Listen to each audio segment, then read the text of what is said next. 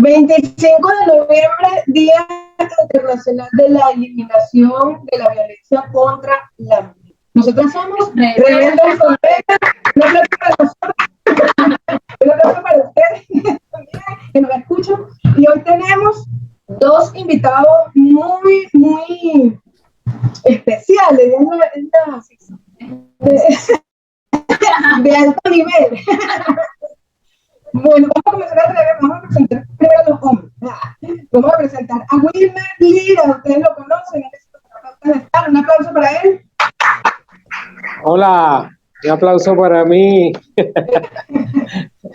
Wilmer, ¿tú ¿Cómo están? cuéntenos? ¿Qué quieres que te cuente? Preséntate en tus redes, ¿cómo te pueden contactar? ¿Cómo? Ok, bueno, me pueden contactar a través de el Instagram @astuta.mente y el mío personal @Wilmer4P, psicoterapeuta de Astutamente, y contento de que me hayan invitado esta oportunidad de estar nuevamente con ustedes, las chicas rebeldes con reglas. Porque vayan a ver el primer episodio que grabamos con Wilmer acerca de la toxicidad, las relaciones tóxicas. Eso fue un exitazo. Un exitazo. La otra invitada, pues ella es, no sé, su currículum es más largo que una guía telefónica de la gente. Ella es profesora, ella es diseñadora gráfica, ella es programadora, pero ella no está aquí por nada de eso, porque ella también es, sin temor a equivocarme, una referencia en la psicoterapia gestal en el estado y en el país. Vamos a darle un fuerte aplauso a Alejandra Domínguez. Lástima que no tengo sombrero. Si tuviera sombrero me lo quito, Ale. Me quito el sombrero aquí. Ale, un completo y absoluto honor tenerte, que nos brinde la oportunidad de compartir tu conocimiento, que además esto decimos mucho, con nosotros y con todo aquel que quiera escucharnos en esta edición especial del día de hoy. Preséntate, Ale. Bueno, yo soy Alejandra. Soy Alejandra Domínguez. Estoy en esta oportunidad aquí con las damas de Rebeldes con Regla, para un tema que digamos es un tema que para mí es bien interesante, que tiene que ver con el tema de la violencia de la mujer, que es un tema como muy silenciado, ¿no? Entonces, a ver, me dices que me presente y después, y ya antes, Wilmer había planteado por ahí que tengo un currículum muy largo. La verdad es que a los fines de esto, yo creo que más que una larga lista de las cosas que en las que me he formado, que me gustaría presentarme como una mujer que estudia, que ha estudiado, y uno de los temas que le ha interesado ha sido este tema precisamente. Además es un tema que me gustaría agradecer a una persona particular, que es Betty Cisneros. ¿Y por qué le agradezco a Betty Cisneros? Porque con Betty Cisneros y mi trabajo haciendo la tutoría de de un taller vivencial que ella desarrolló, fue que yo entré al tema de la violencia de la mujer, porque su taller se llamaba su taller tenía que ver con eso, era un taller dedicado a mujeres que habían tenido situaciones de violencia. Entonces, a través del acompañamiento para ella, fue que yo conocí el tema, fue que yo entré en el tema, fue que yo, de alguna manera, empecé a leer el tema, empecé a empaparme del tema. Y pues nada, yo creo que vale la pena compartir esa experiencia, porque más allá de todo lo que yo haya podido estudiar, fue a través de ese trabajo con Betty que yo pude conocer el tema y profundizar en él. A partir de ahí es como, yo creo que hay un antes y un después en mi vida con el tema de la violencia, porque tú dijiste una cosa interesante, ¿no? Es descubrir, parte de este trabajo es descubrir si somos o no somos parte o hemos sido parte de la violencia, ¿no? Esa investigación que hizo Betty. ¿Como víctimas o si hemos incluso violentado? Sí, claro, si hemos violentado a alguien o si hemos sido víctimas, en cualquiera de los dos casos. Y yo recuerdo que para mí fue muy impactante en ese momento porque yo descubrí unas formas distintas en las que yo había sido víctima de violencia y descubrí también de alguna manera cómo, por lo menos en un tipo de violencia particular del que voy a hablar más adelante, cuando hablemos de los tipos de violencia, cómo yo también entraba en la dinámica de ese tipo de violencia particular. Y fue interesantísimo para mí eso, ¿no? Eso fue una experiencia bien transformadora.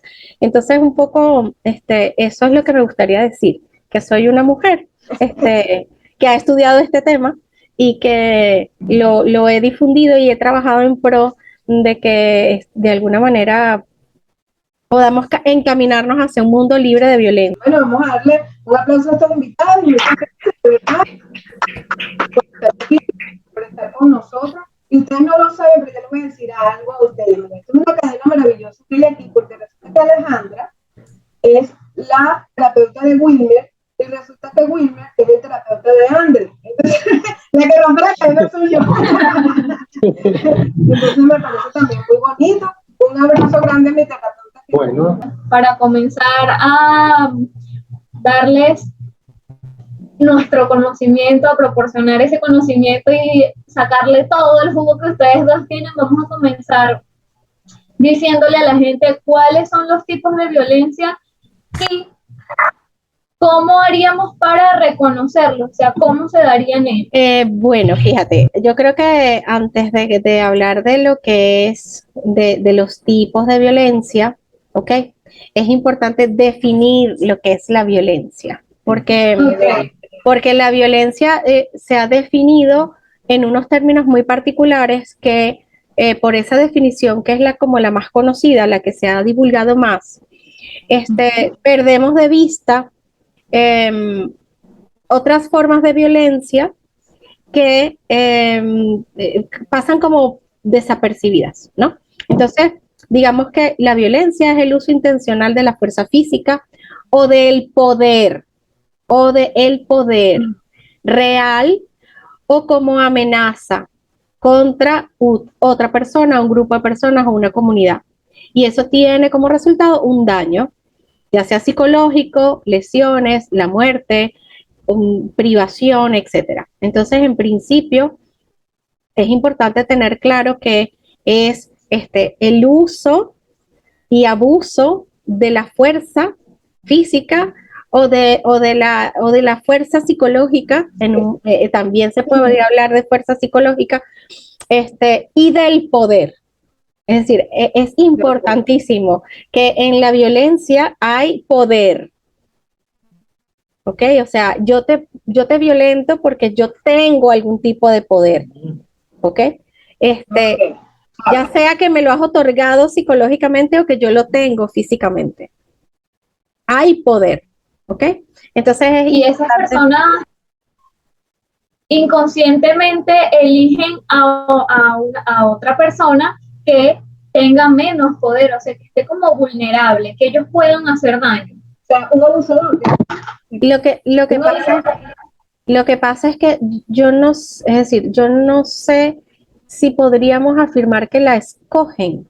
Yo creo que se produce una dinámica en la que por creencias, básicamente por creencias que se combinan, eso sí es cierto, se combinan las creencias, entonces yo me junto con una persona que siente que por alguna razón tiene poder y yo siento a su vez que esas características que tiene esa persona le dan poder y se lo otorgo y siento que como yo no tengo esas características, entonces yo no tengo poder y entonces lo pierdo, lo cedo. ¿Sí? Esa es una cosa relacional. Hay una cosa relacional allí. Es decir, por eso es que hay una víctima y un victimario y por eso es que sin víctima no hay victimario. Cuando yo salgo de la dinámica de la violencia de alguna manera se acaba, porque es que no hay a quien violentar, porque yo me salgo. me retiro, o sea, pensemos en un ring, o sea, para que haya una pelea de boxeo tienen que haber dos. Uno solo no puede tener una pelea de boxeo. En la dinámica de violencia ocurre lo mismo, hay dos. Y hay dos que están allí, hay dos que tienen que estar allí, porque si no, no hay posibilidades de que la situación de violencia se dé. Entonces, por eso es importante hablar de la corresponsabilidad en las situaciones de violencia. ¿Ok? Porque hay una corresponsabilidad. ¿Y cómo romper ese círculo? Bueno, lo primero es adquirir la conciencia que estás en una situación de violencia. Ajá, claro. Y también descubrir y tomar conciencia de cuál es la ganancia que tienes de estar en la situación de violencia. Porque la víctima de la situación de violencia tiene una ganancia. Sabemos cuál es la ganancia del victimario. La ganancia del victimario es sentir el poder. Pero la víctima también tiene una ganancia. Por ejemplo, si yo soy una mujer maltratada por un esposo, bueno, la ganancia más inmediata pudiera ser que él me mantiene. Ok. Entonces, como él me mantiene y yo no me tengo que esforzar para trabajar, para mantenerme, para ser independiente, para embraguetarme en la calle con lo que tengo que enfrentar, lo que tenemos que enfrentarnos las mujeres que somos trabajadoras y que salimos al campo laboral. Entonces es mi ganancia. Yo estoy en mi casa y el precio que yo pago por estar cómoda en mi casa es que me mantengan y que me violenten. Y es decir, bueno, es que lo escuchas. O sea, si tú le prestas atención al verbatim, tú escuchas que es que, bueno, es que todo tiene un precio, por ejemplo. Okay. Entonces, bueno, si tú estás cómoda en casa, eso tiene un precio. Y el precio puede ser que te monten cacho, el precio puede ser que te insulten, el precio puede ser que te desprecien, el precio puede ser que te golpeen. Ese es el caso de una relación de pareja y la ganancia entonces puede ser de repente el estatus, yo estoy casada con él. Que es tal personaje, que es tal. Correcto, el estatus es una ganancia. Violencia laboral, yo estoy trabajando en esta empresa y yo tengo tal cargo. Claro, correcto. Yo me aguanto esto porque este es el precio, porque, bueno, parte de la cultura latinoamericana es, todo tiene un precio, nada es gratis, hay que aguantar al marido hasta que la muerte nos separe. Prefiero ser casada que divorciada. Yo creo que esa es una de las cosas que influye más, la sociedad. Claro. ¿Qué va a decir la gente si uno se casa para toda la vida, si tengo otra pareja? Las creencias.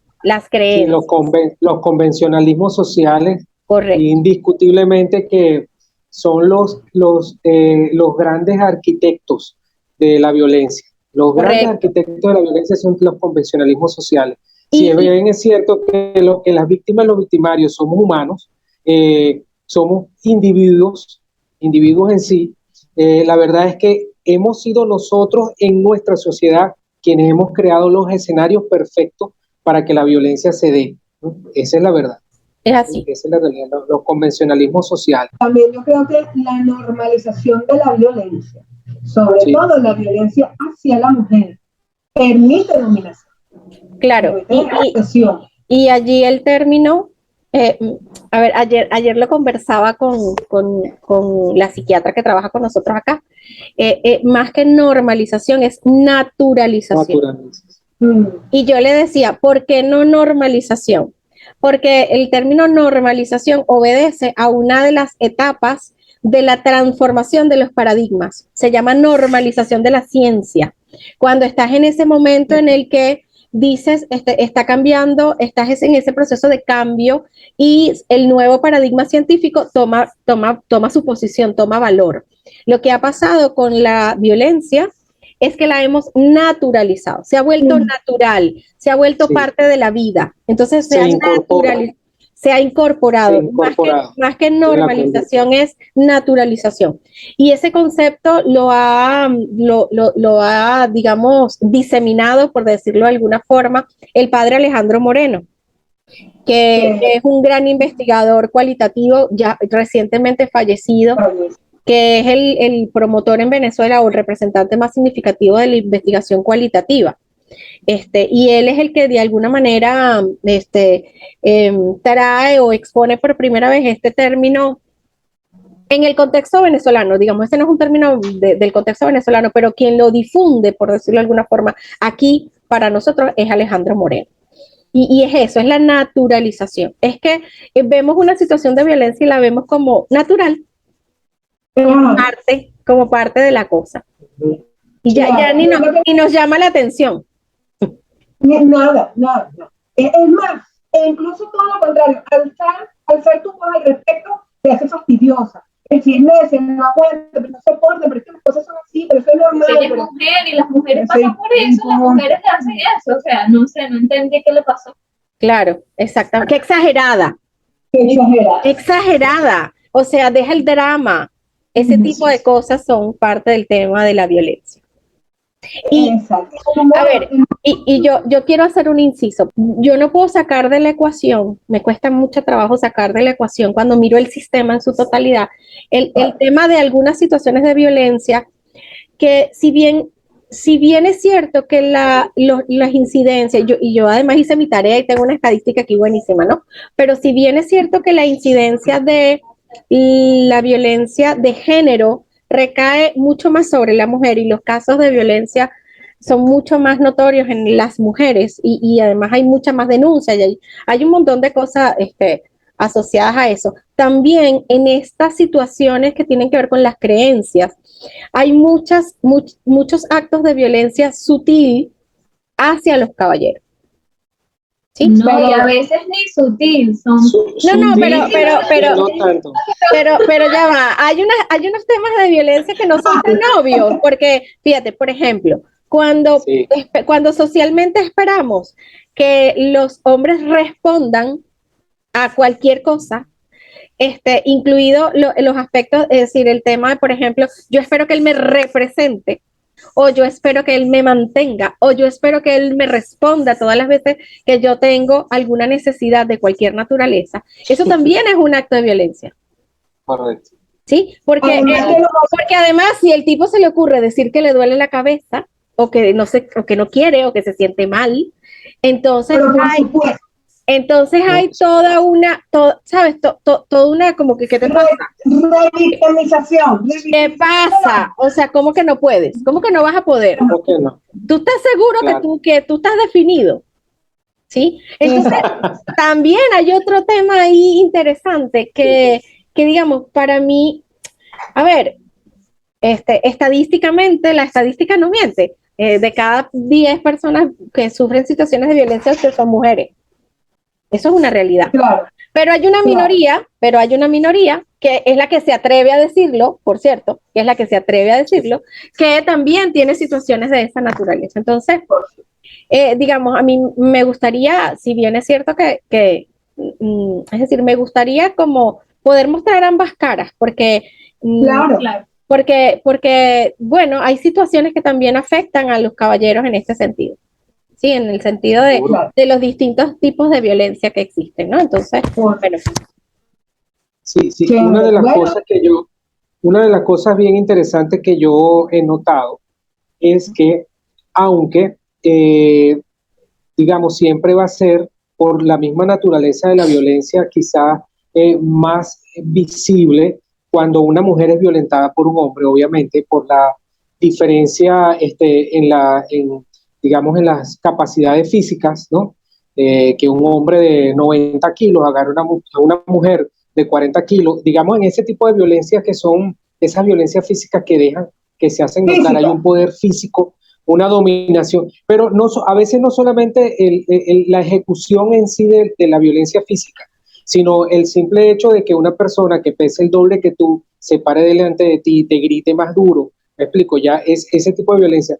Si bien es cierto que es desmedida y eso lo hace a su vez menos justa, porque nunca puede ser justa, ¿no? Pero menos justa, la violencia menos justa cuando se ejerce violencia con una persona de tan distintas, cuando la violencia es entre personas de tan distintas capacidades físicas. También es cierto que la violencia cuando proviene del mismo género es una cosa terrible.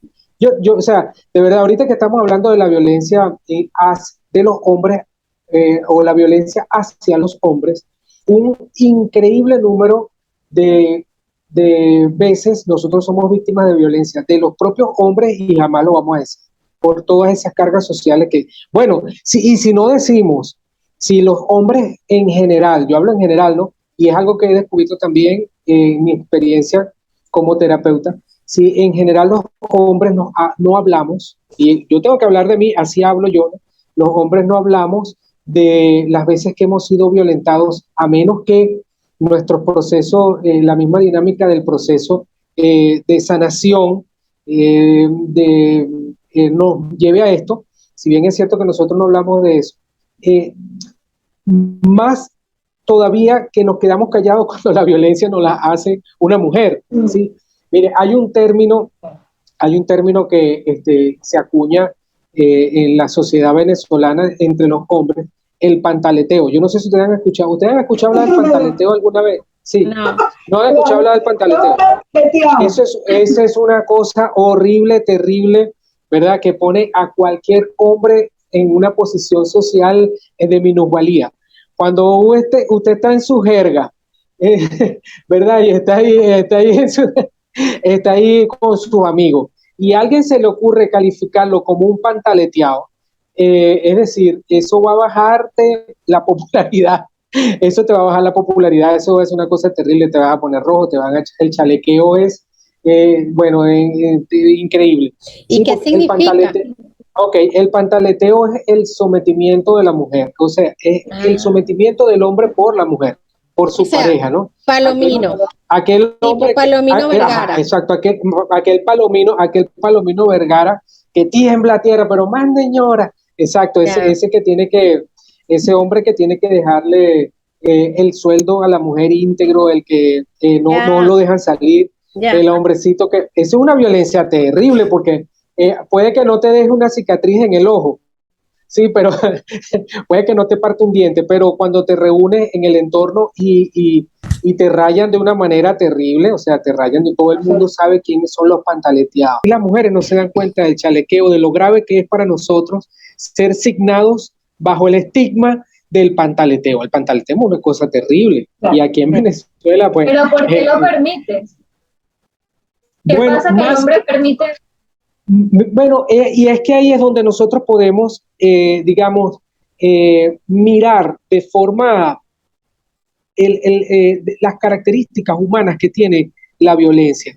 No es que lo permitimos por ser hombre, es que la violencia es violencia y se ejerce de la misma manera. ¿Me explico? Se ejerce de la misma manera. Existe ahí un poder también, que en este caso no es un poder físico, es un poder psicológico, un poder social, un poder sexual, que también se ejerce sobre el hombre, ¿no? Y hay una ganancia neurótica. Y obviamente hay una ganancia hay una ganancia allí en ese ciclo que se arma. Por ejemplo, una forma de ejercer violencia, las mujeres es negándole la intimidad al hombre, ¿verdad? Negándole. Si usted quiere ver de aquello, bueno, usted tiene que portarse. Y si no, cerrada la rueda, no, aquí no hay. Eso está bueno. Eso, usted, si no hace lo que yo le digo, bueno, olvídese de Linda, que no la verá.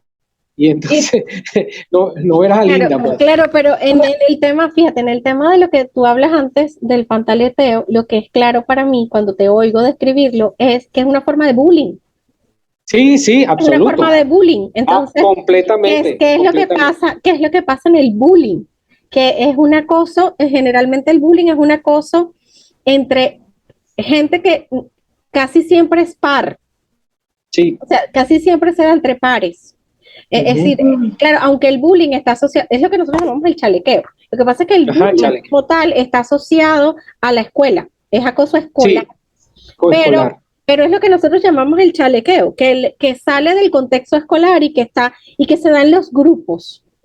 Porque eso es una situación de grupos, en donde hay pares, donde hay un grupo de amigos, claro, y digamos, en este nivel que está describiendo Wilmer, no es muy importante que haya paridad en las edades. Lo importante es que seamos parte del mismo grupo. Es decir, porque ahí pueden haber amigos hombres que tengan 5, 6, 7, 8, 10 años más. 10 años. No importa, pero el grupo, digamos, lo que une al grupo es que todos son hombres o que todos juegan un deporte o que todos que se son reúnen. Compañeros de trabajo. Que son compañeros de trabajo. Es decir, entonces la edad pierde valor porque ya. Es determinante, claro. Claro, porque ya estamos en un grupo etario de adultos. Sí. Claro. Habló de algo muy importante, que sí me gustaría mucho que profundizáramos, ¿no? Es de la violencia sexual, en este caso como hombre, como víctima, como hombre víctima, pero me gustaría también que pudiéramos profundizar en los tipos de violencia, sobre todo en los que han sido, los que son más sutiles, por decirlo de alguna forma. Ya. ¿Desde la óptica de él o desde la óptica de él o desde la mía? De las dos. Ya.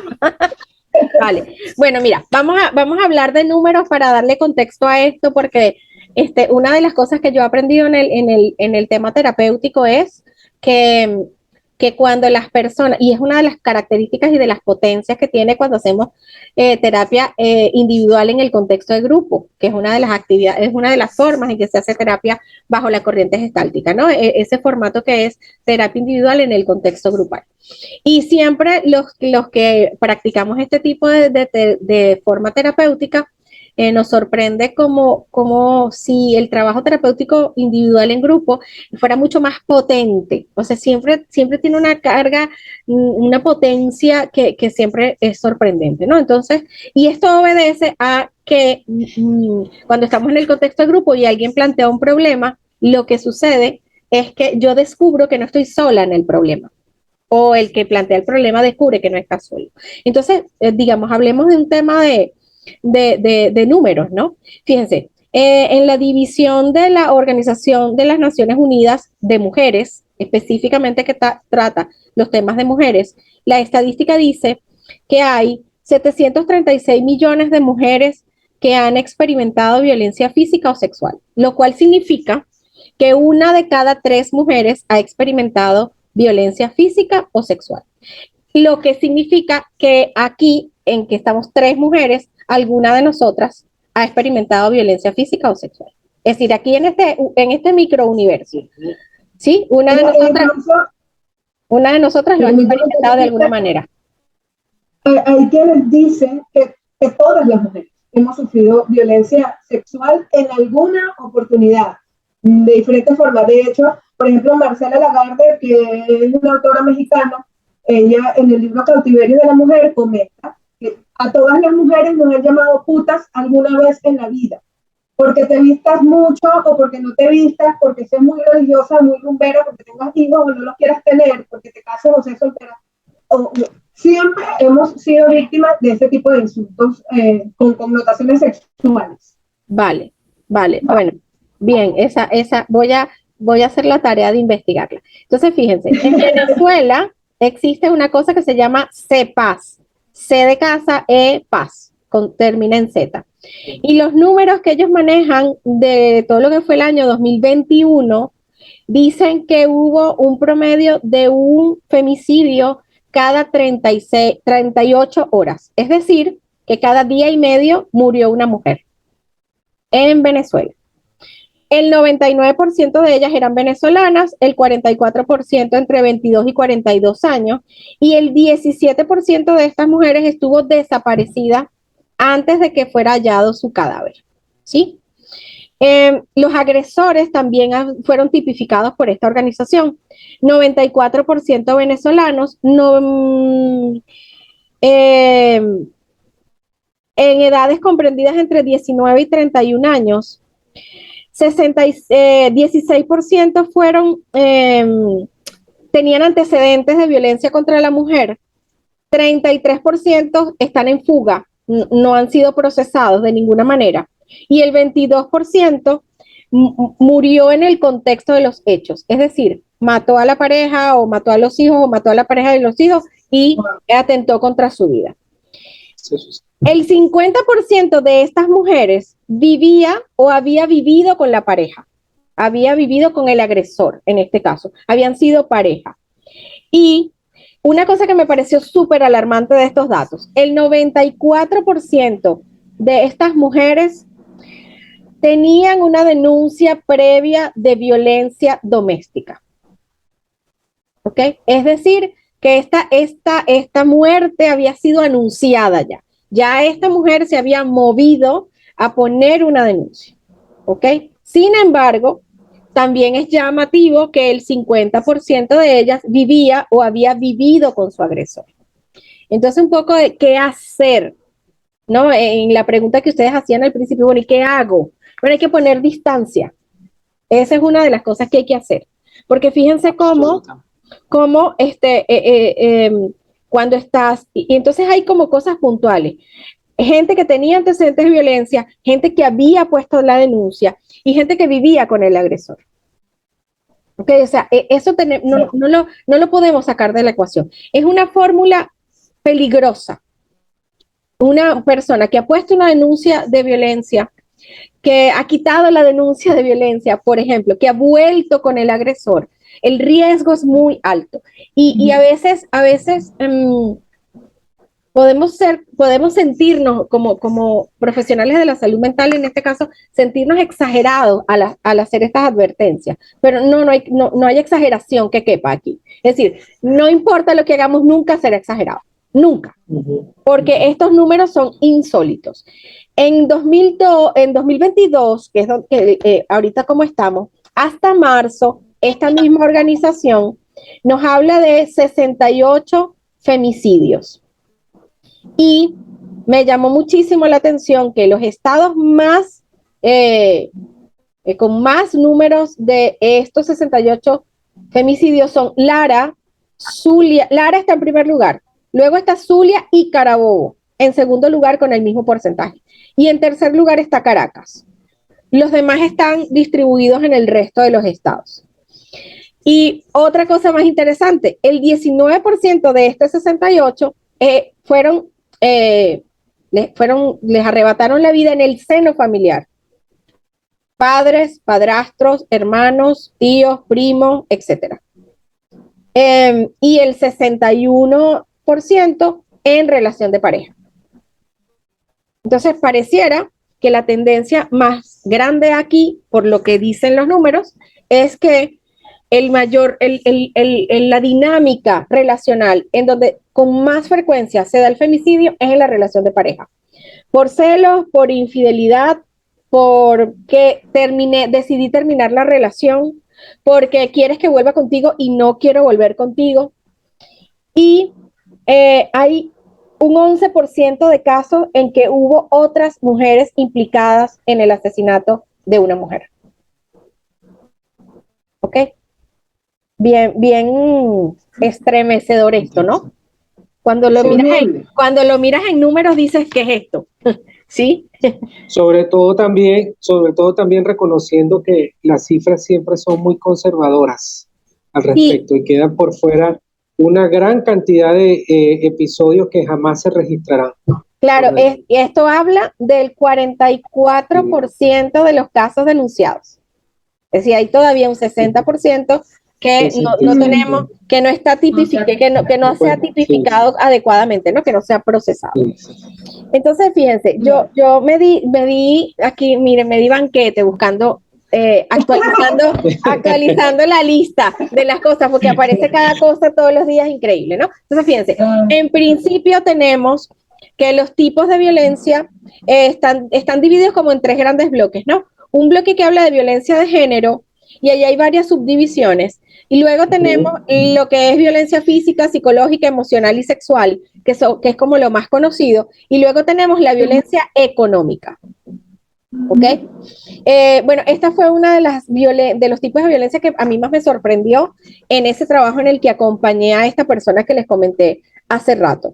Y cuando tú me decías, te descubriste violentada y te descubriste violentando, en esto en particular. Porque la violencia económica, y voy a empezar por esta que es bien sencilla de comprender, se trata de controlar, restringir, y manipular a través de los aspectos económicos, ¿ok? Pero si yo tengo, una relación y los temas económicos, es decir, el no suministrarle información a tu pareja de tus datos económicos, también es un acto de violencia económica.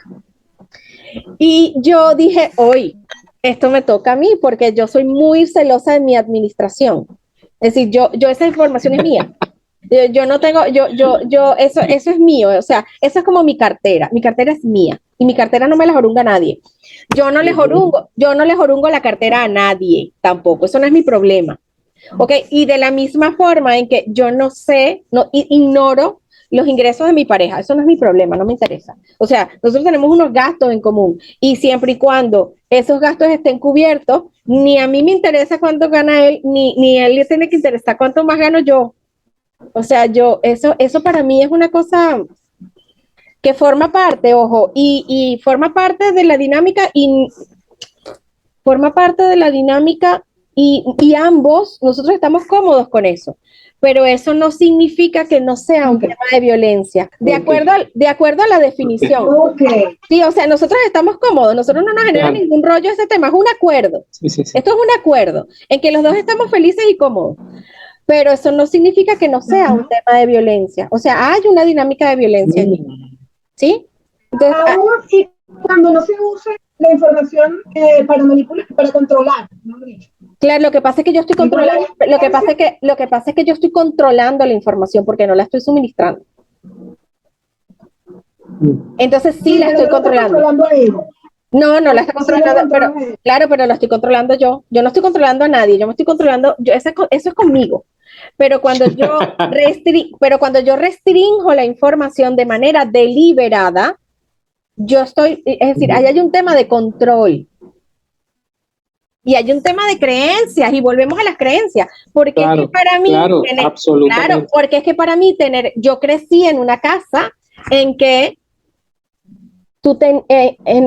en el que tener el control de lo económico te daba poder. Correcto.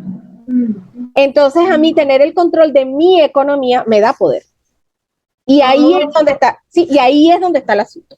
¿Por qué? Porque si yo develo toda la información, estoy en desventaja. Me siento desprotegida. Vulnerable. Me siento vulnerable, esa es la palabra correcta. Me siento vulnerable. Entonces, tener esa información y administrar la información me da poder. Y allí es donde está la situación de violencia. Por eso yo quería empezar definiendo que en la situación de violencia hay poder implicado. Hay poder. Este poder yo no lo ejerzo sobre nadie. No, yo no ejerzo ese poder sobre nadie, pero me da poder. Y la verdad es que en blanco y negro, el poder no debe, mi poder no está en el dinero. Mi poder en cualquier momento se puede ejercer, se ejerce, porque tienes poder. Si te buscas una persona que tenga menos poder que tú, ahí es donde sale ese poder. Es como un as bajo la manga. Claro, por supuesto, claro, es un as bajo la manga, pero además es que me da la sensación de que estoy protegida. Es una sensación de estar protegido, de no estar vulnerable. ¿Sí? Es eso, es una sensación de no estar vulnerable. Y ahí es donde está el tema del poder. Y ahí es donde yo dije, manos arriba. Para mí fue muy sorprendente. Claro, y yo lo revisé. Yo creo que más o menos la frase debió haber sido así, que como me cayó la locha. Claro, y yo pero que no leí bien, voy a volver a leer. Claro, yo fui para terapia y todo. Yo fui para terapia a trabajar. Yo dije, yo necesito revisar esto. Y de verdad que tomé conciencia de todo lo que les estoy diciendo, porque es que yo no me había dado cuenta de eso. Porque además yo tenía la fantasía de que yo era muy desprendida del tema económico. Y resulta que no. Que estaba, ¿sabes? Que hay una cosa ahí en donde el tema económico, el tema de tener mis recursos para poder resolver las cosas, me da poder. Claro. Y yo, por ejemplo, y eso lo uno con, por ejemplo, para mí era una meta, pero no, yo no les puedo explicar, eso, que es una cosa que me resulta estorbosa. Para mí era una meta fundamental que mi casa dijera propiedad de Alejandra Domínguez. Era una cosa, y yo decía, fíjense, yo decía, de la casa donde yo crecí, yo decía, esa es la casa de mi mamá. Mi casa va a ser la casa que diga propiedad de Alejandra Josefina Domínguez Pérez. ¿Sí? Porque es que ahí había una connotación de poder. Claro, seguro. Sin temor a equivocarme, que a los hombres les enseñan a muchos, ¿no? A ejercer este tipo de control, de violencia contra la mujer. Tu esposa no tiene por qué saber cuánto gana. Una vez escuché un espécimen decir, mientras más dinero cueste el alcohol, menos dinero llega a mi casa. Sí, de hecho yo recuerdo mucho que revisarle la cartera a un hombre es una cosa como una profanación de la virilidad, pues. Es una cosa como mancillar el altar del trabajo, del fruto del trabajo y del esfuerzo, del sacrificio permanente del hombre, ¿verdad? Y entonces llegar y era una profanación, llegar a abrir la cartera y descubrir, eso solamente le pasa a un pantaleteado. Me explico, un verdadero. Por eso también. Claro, no puedes. Tú tienes que tener la famosa caleta. Existe ese otro término, la caleta. Claro, la caleta es un lugar donde nosotros, los hombres, deberíamos guardar lo que no queremos que nadie sepa que tengamos. Es parte de eso de lo que tú comentas, Ale. Esa parte de que tener esa reserva me da una sensación de poder, ¿verdad? Porque a lo mejor no es mucho, no es mucho el poder que puedo ejercer con esa caleta, pero en sí te da una ventaja, una posición ventajosa, y además es una armadura, tienes tú un escudo. Yo tengo mi caleta. Correcto. Claro que la tengo, por favor. Yo tengo y solamente y solo un pantaleteado no tiene caleta, y solo un pantaleteado permite que su cartera sea revisada. De verdad que es una cosa. Y además, estratégicamente, una gente sabe dónde está una caleta y otra gente sabe dónde está otra caleta. Claro. Oye, y una cosa, en ese caso, por ejemplo, continuamos con este ejemplo de que es el hombre que le está ocultando a su esposa su ingreso para dar menos, ¿no? También se está ejerciendo violencia contra sus hijos, porque entonces él está bebiendo, está rumbeando, está gastando lo que se tiene, que tiene a los niños sin comer, tiene a los niños sin manutención, tiene a los niños, etc. Claro, y esa es una de las principales formas de violencia cuando se da una separación. Porque entonces la postura de algunos hombres, no todos, la postura de algunos hombres, y aquí yo quiero hacer un inciso, la postura de algunos hombres, y quiero decir además que esto ha cambiado, es decir, era distinto cuando yo empecé hace un montón de años a hacer terapia a lo que yo he visto ahora. Antes yo tenía un montón de gente que me llegaba a la consulta diciéndome que el papá de los hijos no le pasaba dinero y que los tenían pasando trabajo. Ahora tengo hombres en terapia que vienen y me dicen que el problema es que la esposa o la pareja no los deja hacer su trabajo como papás, que quieren atender a su hijo, que le quieren dar dinero, que le quieren comprar cosas, que quieren salir con ellos y las mujeres no los dejan. Eso ahí ha habido. Hacen de los hijos un instrumento de la violencia. Eso ha habido una variación allí. Entonces, igualito es violencia, en ambos casos es violencia. O sea, cuando yo no le doy a mi expareja dinero para que suficiente, porque además estoy bajo el pensamiento de que no, es que yo también la estoy manteniendo a ella, ¿ok? O si la dejo pasar trabajo, ella me va a buscar. Por ejemplo, o me va a aceptar de nuevo. Correcto, sí. Eso también. Entonces yo estoy allí de alguna manera sometiendo también a una situación de violencia económica a mis hijos. Es así. Y eso pues es muy complicado. Y es muy complicado y genera muchas consecuencias negativas en los hijos particularmente. Entonces, fíjense, aquí hay algunas cosas, voy a ir, yo encontré algunos términos o algunas tipologías dentro de cada una de estas, que es importante ir señalando porque como, por ejemplo, en el caso de la violencia sexual, no toda violencia sexual es una violación. Hay otras cosas que también son violencia dentro del área sexual. Entonces es importante mencionarlo. Por ejemplo,